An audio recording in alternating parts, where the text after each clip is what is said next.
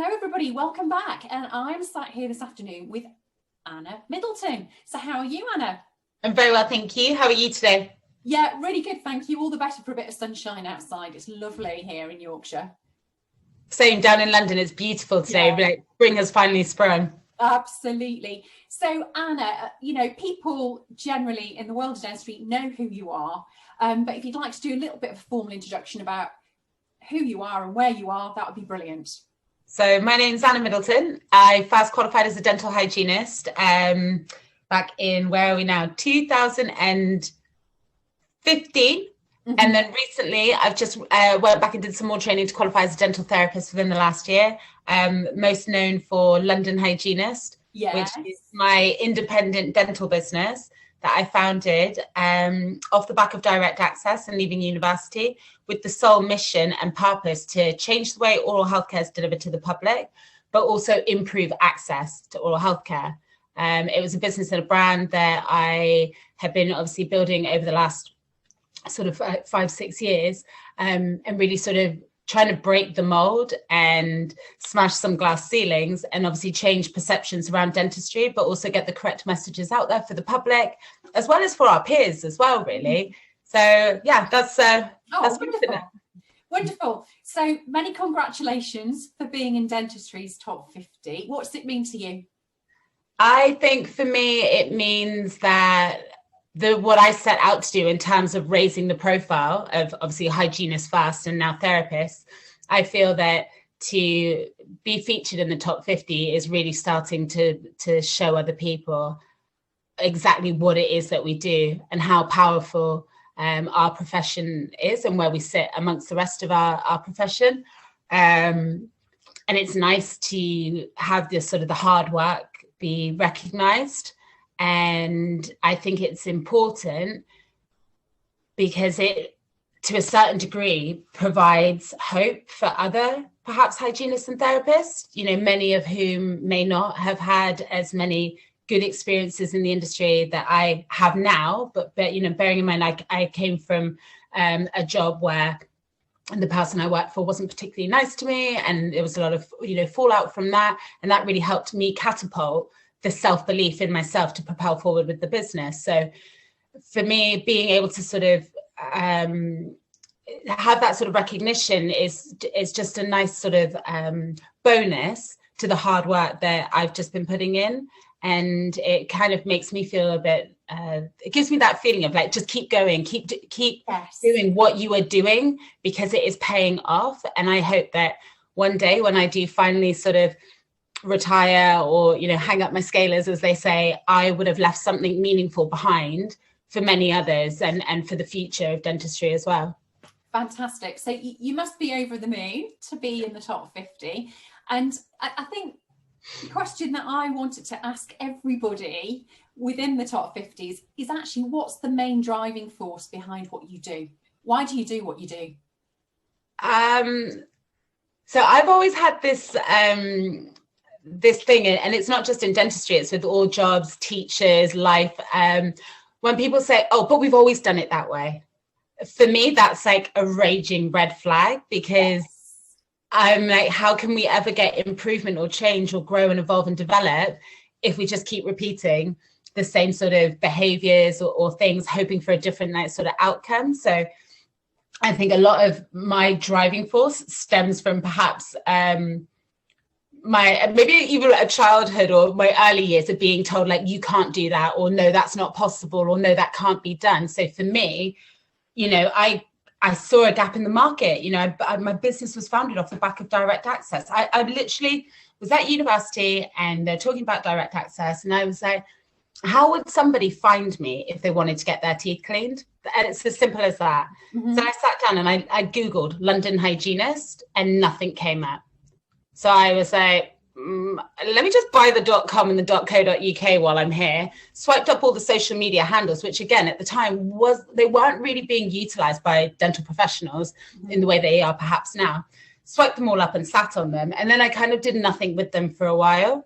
And I guess the idea was there, but I had a different sort of ambition for myself at that time. And it was just to essentially get a really nice job on Harley Street, get paid, like £50 an hour, work 4 days a week. That's as high as I'd set the benchmark for myself. Yes. And then through one, sort of thing after another, I then realized one day, I was like, why am I trying to be the star of someone else's show? Let's make London Hygienist a thing. So then I made my own website. I got a logo. I then went limited. I was like, I'm going to make this happen now. Not entirely sure how. I never really had a proper plan, but let's just go for it. And just through that and seeing it start to like sort of snowball and grow and evolve. If you'd said to me like 5 years ago, that this is where I would be right now, having accomplished as much as I have, I don't think I saw that for myself.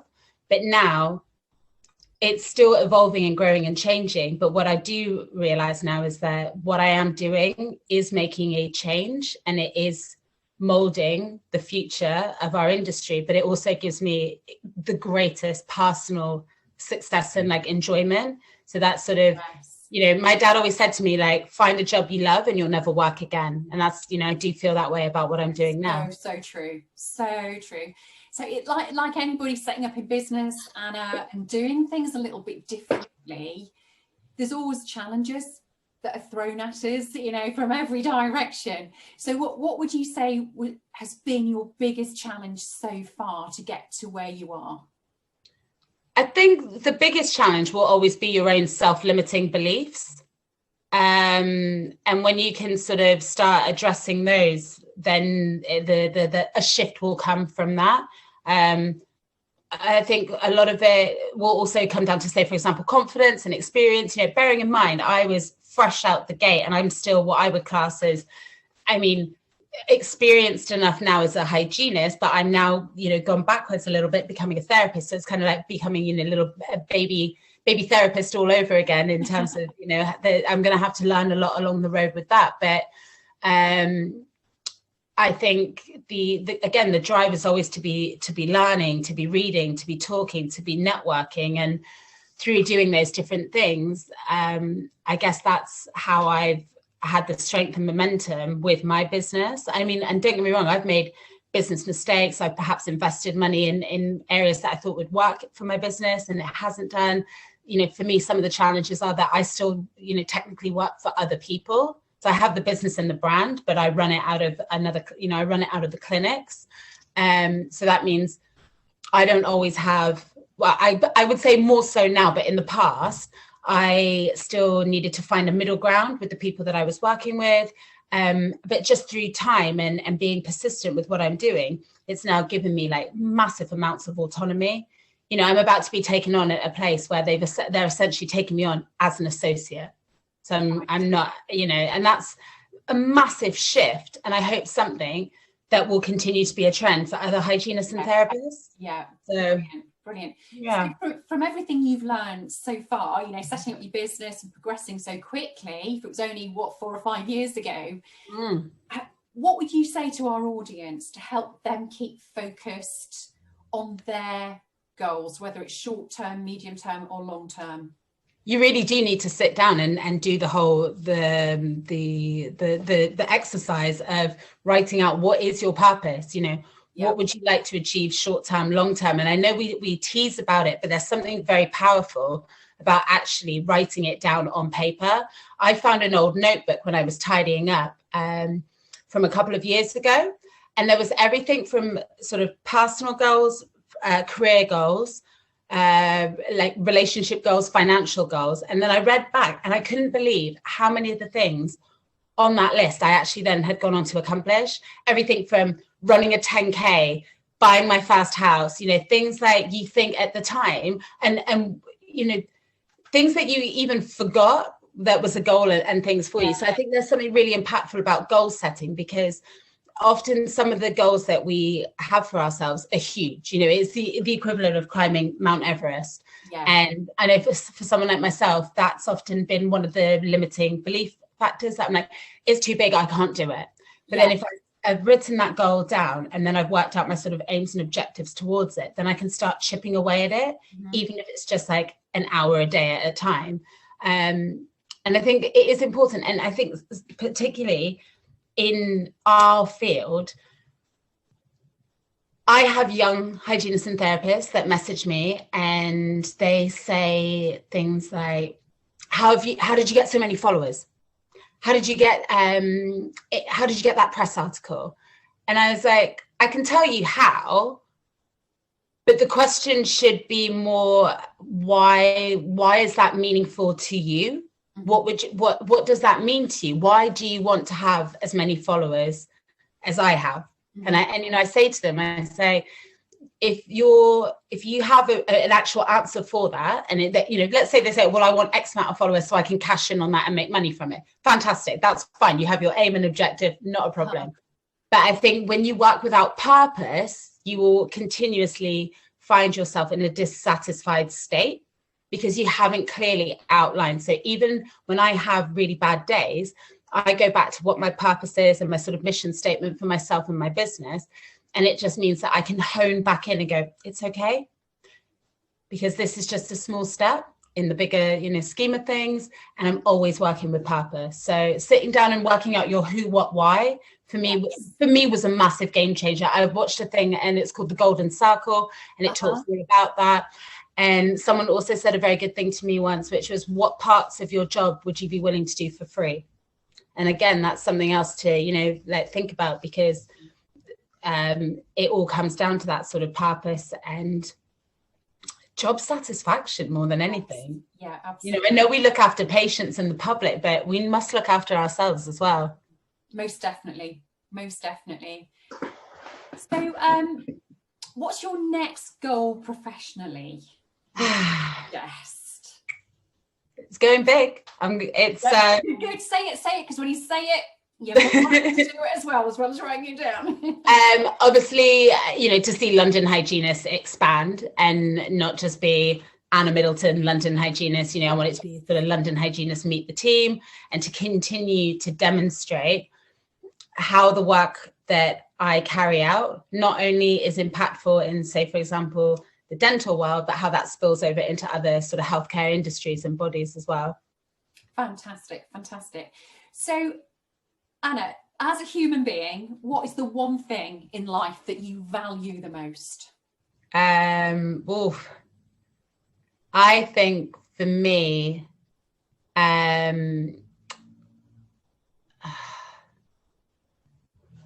that's a hard question because there's a lot of things. Yeah. I think what I value the most is things like my own health and well-being, because if I'm not the best version of myself, how can I be there for everything and everyone else around me? So that's very important, rest, quality time with, friends, family, and just as cliche as it sounds, being present.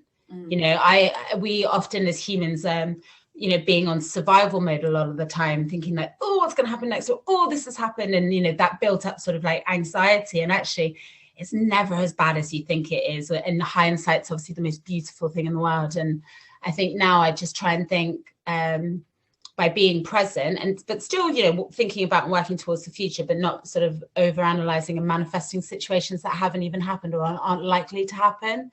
Just makes day-to-day life obviously a lot less stressful. Absolutely. No, I think that's really, and it's really good advice actually. What you're doing, a lot of what you've said, the purpose-driven things, actually staying in the moment and appreciating what we've got today, not looking back, not looking forward too much, but always having a bigger plan. I think you've got it in a nutshell. I think some of the problems perhaps younger people face these days is that the way we work is completely different to how we, once upon a time. And it's very much that working hard or hardly working. And self-care and rest is a form of work and can sometimes be the most productive thing that you can actually do for yourself. And I've had days when I need to crush through this list of 10 things. And actually, I can't do it. I'm not thinking straight. I feel anxious. I'm stressed about it. And the best thing I can do is just close my laptop, have a day of Netflix, pamper myself, whatever I need to do. And then I come back with more clarity, calmness, and it's way more productive. And, that's the constant teetering thing that I worry about for perhaps younger generations, is that we mustn't confuse burnout with laziness, or, you know, absolutely. And I think I've suffered and burnout is one of those things, it creeps up on you without you even noticing it. I would probably say, bearing in mind, we've been in a pandemic and I enjoyed the first 3 months of a lockdown. I've had burnout 3 times in the last year because it just creeps up on you, and it's learning to have those boundaries, both personally and professionally. Yeah, I think that's wonderful advice. Anna, thank you so much for joining me today. I really appreciate it. I know how busy you are, to squeeze me in today. It's brilliant. Thank you so much. My absolute pleasure, and thank you for having me.